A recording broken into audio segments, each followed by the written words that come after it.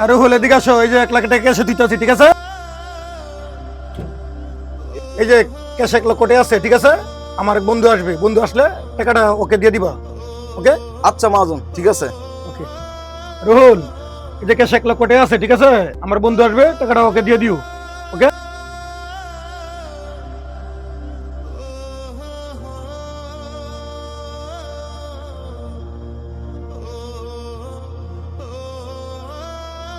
মহাজন, দোকান তো বন্ধ করার সময় হয়ে গেছে, দোকান কি বন্ধ করে দেবো না আপনি আসা পর্যন্ত বমু? এখন দোকান বন্ধ করবি না, তোর বলছি না যে আমার একটা বন্ধু আসবে, বন্ধু আসলে টাকাটা দিয়ে তারপরে দোকান বন্ধ করবি, ঠিক আছে? আচ্ছা মহাজন, ঠিক আছে। হ্যাঁ দোস্ত, তুই না আমার কাছে 1 লাখ টাকা বানাছিলি, ধর টাকাটা দিয়ে দিলাম। এখন তুই আমার দোকানে যাবি, দোকানের সারাতে 1 লাখ টাকা তো আছে, তুই দোকানের সারাতে 1 লাখ টাকা চাবি গিয়া, ঠিক আছে? বুঝলাম না ব্যাপারটা দোস্ত, আমার টাকা তো আমারে দিয়ে দিছস, তাইলে আমি কেন যাই আবার দোকানে ছাড়াতে টাকা চাম? আমি তোরে যেটা কইছি সেটা শুন, তোর এটা দিয়ে দিছি না, তুই আবার দোকান গিয়ে আমার সেই 7,500 টাকাটা চাবি গিয়া, ঠিক আছে? আমি যেটা কইছি এটা শোন আগে।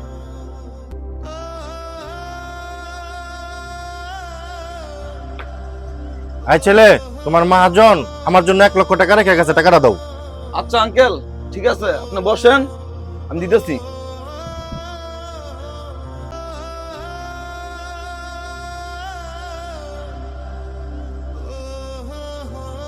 দাও টাকাগুলা দাও।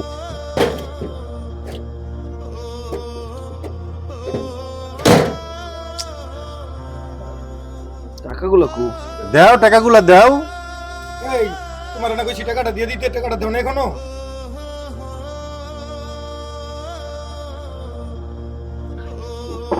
মহাজন, টাকাগুলো ক্যাশই আসলো মহাজন, টাকাগুলো তখন পাইতেছি না মহাজন।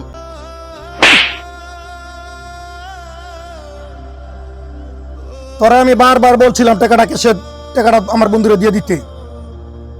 তুই 6 মাসের টাকা 5 দিকা বাকি রইছে, এদিকে বেতন, তুই আমার টাকা চুরি করছ, টাকা বার কর। না মহাজন, আমি গরিব হইতে পারি মহাজন, আমার শোন না মহাজন। না মহাজন, আপনি যাওয়ার পরে মহাজন আমি ক্যাশের সামনে দেখিনি মহাজন, আপনি আমার চুরির অপরাধ দিবেন না মহাজন। মহাজন, আমি গরিব হইতে মহাজন, কিন্তু মহাজন আমি শোন না মহাজন, আপনার টাকা লার্জ মহাজন আই নেই, বিশ্বাস করেন মহাজন। চুপ কর ছোট লোকের বাচ্চা, তোর মতন ছোট লোক আমার দেখা আছে? তোরা এরকম বহুত কিছু করছ, তুই আমার দোকানতে অনেকবার টাকা চুরি করছ, আমার কাছে ইনফরমেশন আছে, আমি সবকিছু জানি। তোদের মতো ছোট লোকের অনেক কিছু করে। বাইরো, এখন তুই আমার দোকানতে বাইরে যাবি, তোর মতন লোক আর আমার লাগবে না, বাইরো এখন, বড়। আমার দোকান থেকে বার করে দিয়েন না, আমার দোকান থেকে বার করে দিয়েন না মহাজন। আমার মাটা অসুস্থ মহাজন, আমার 2টা ছোট ভাই বোন আছে মহাজন, আমার দোকান থেকে মহাজন বার করে দিয়েন না মহাজন। মহাজন, আমার পরিবারটা অসল হয়ে যাবে মহাজন, আমার দোকান থেকে বার করে দিয়েন না মহাজন। চুপ! এই বেটা, আমি তোর পরিবারের দায়িত্ব নিছি রে, তোরে চাকরি দিয়েছিলাম ভালো বুঝা, তুই কি করছ? আমার দোকান থেকে চুরি করছ। বাইরে যা, বাইরো যা, বাইরো, তোর মতন লোক লাগবে না আমার, বাইরো। মুসা, ব্যাপারটা তো আমি বুঝলাম না, এই গরিব ছেলেটার সাথে এরকম করলি কে? দোস্ত, তুই তো আমার পরিস্থিতিটা দেখতাছ, তারপরে আবার 6 মাসের বেতন পাই, ওরে মিথ্যা অপবাদ দিয়া দোকানতে বাইর করলাম। হ্যাঁ রে মুসা, এই সামান্য কটা টাকার জন্য গরিব ছেলেটারে দোকানতে ভার করে দিলি, ছেলেটার রিজিকের মধ্যে আঘাত করলি। হ্যার ফ্যামিলিটা অনেক অসহায়, কিছুদিন আগে হ্যার মা অসুস্থ হয়েছে, হ্যার মা অসুস্থ, হ্যার মারে চিকিৎসা করাইতে পারতাছে না, এই কাজ কইরা হ্যাঁ হ্যার মার চিকিৎসা করে, ফ্যামিলিটা হ্যাঁ চালায়, আজকে তুই হ্যাঁ বার করে দিলি। কিন্তু মানুষের একটা রুহুর অভিশাপ আছে, এই রুহুর অভিশাপটা আল্লাহ পাক সবার আগে কবুল কইরা নেয়। রাখ তোর অভিশাপ, বন্ধু মানুষ আসত, বন্ধুর মতো থাক, এ তো জ্ঞান দিতে আইস না।